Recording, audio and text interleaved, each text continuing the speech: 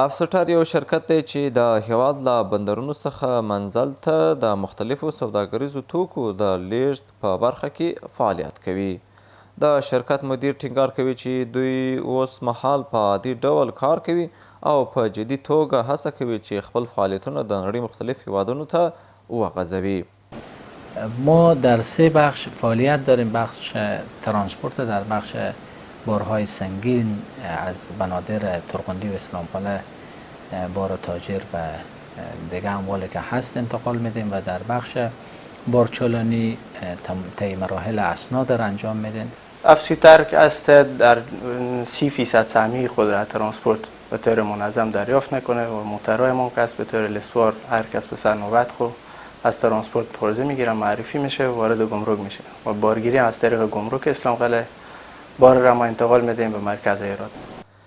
سربیره پر دې هغه د هیواد په بیلابیلو برخو کې د اقتصادي ودې او سوکالۍ لپاره د اماراتو د شرایطو برابرولو ته اشاره کوي.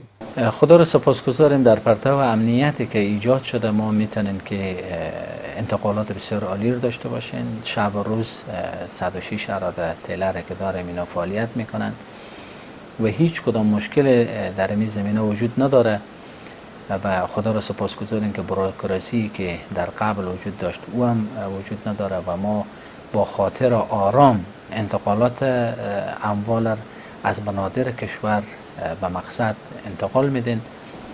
د شرکت ځینې موټر چلوونکي د دوی لپاره د سته کاري فرصتونو څخه د خوښۍ سربیره په لویو لارو او هغو لارو کې چې دوی سفر کوي د بشپړ امنیت هرکلی کوي.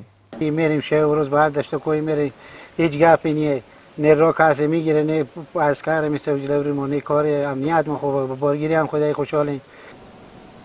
د یادونه وړ ده چې د اسلامي امارت د مشرتابه د هڅو په پایله کې په دې وروستیو کلونو کې د هیواد په بیلابیلو چارو کې فعالیتونه تنظیم سوي دي.